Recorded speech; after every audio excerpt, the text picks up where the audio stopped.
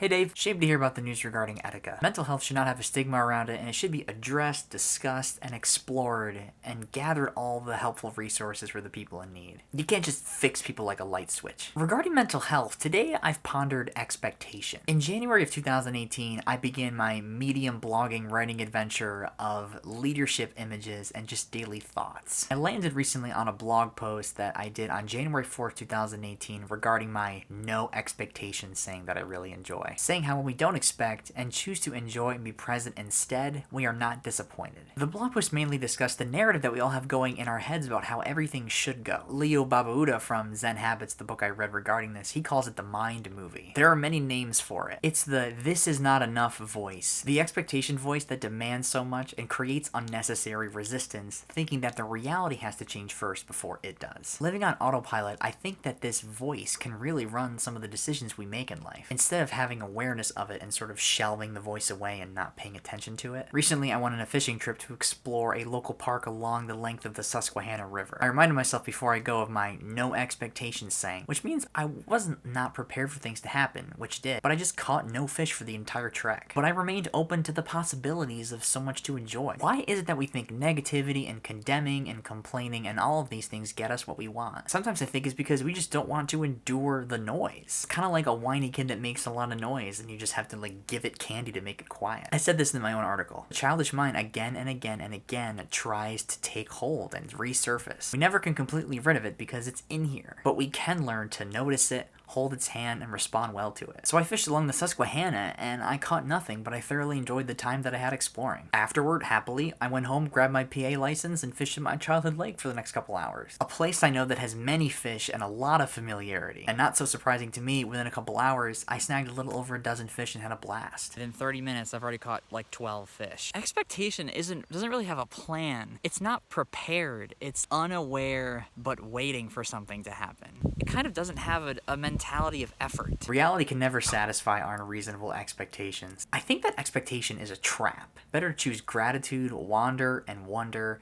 and curiously explore and cherish surprises. I did that today, finding the familiar and unfamiliar in both a brand new place I had never fished and a place I've cherished. As usual, I've come to find the reality of expectations is somewhere in the middle. I'd rather have none, but if I must, a little. Because if I knew all of the path of life, which I obviously cannot, life wouldn't be as interesting. And making life important, interesting, fun matters to me. Have a great birthday, Dave, and safe travels. And I'll see you, maybe, on Thursday.